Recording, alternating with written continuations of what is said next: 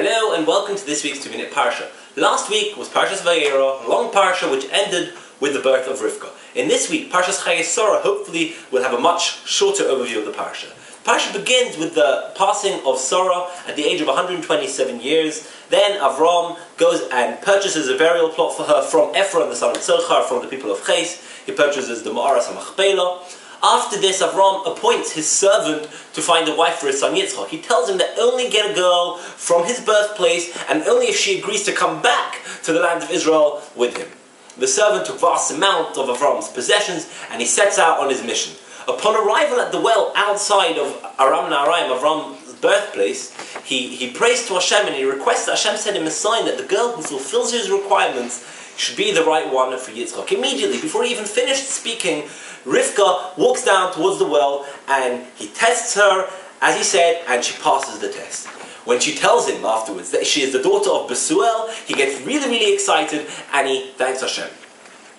She then takes him to her family, to her home, where they give him food, they give him a meal, they give him water to wash himself, they take care of his camels.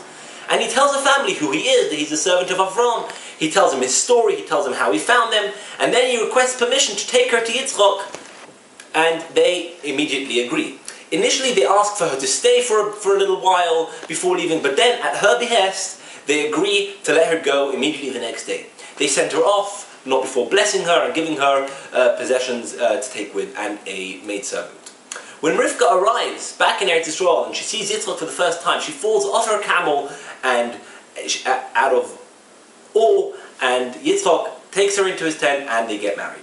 The Parsha ends with the stories of Avram Avinu remarrying, and he has many more children. Then at the age of 175, his neshama, his soul, is taken back to Hashem. He's buried in Ma'aras HaMachpelah, in the same cave where he had buried his wife Sarah. Yitzchak, we are told, becomes very successful, and finally the descendants of Ishmael, all of their lineage, who died at the age of 137, and where they all lived. In summary, in this week's Parsha, we had the death, the burial, and the mourning of Sarah. We had the quest to find a wife for Yitzchak. We had the later days of Avram Avinu's life and his passing, and finally Ishmael and his death.